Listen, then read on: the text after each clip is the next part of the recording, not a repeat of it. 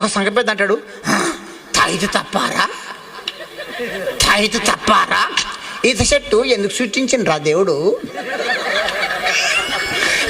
ఈత చెట్టు ఎందుకు సృష్టించిండ్రా దేవుడు.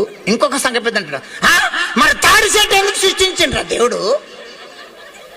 ఈత చెట్టు అంటే ఈత కల్లాగా నీకంట, తాడి చెట్టు అంటే తాడి కల్లాగా నీకంట.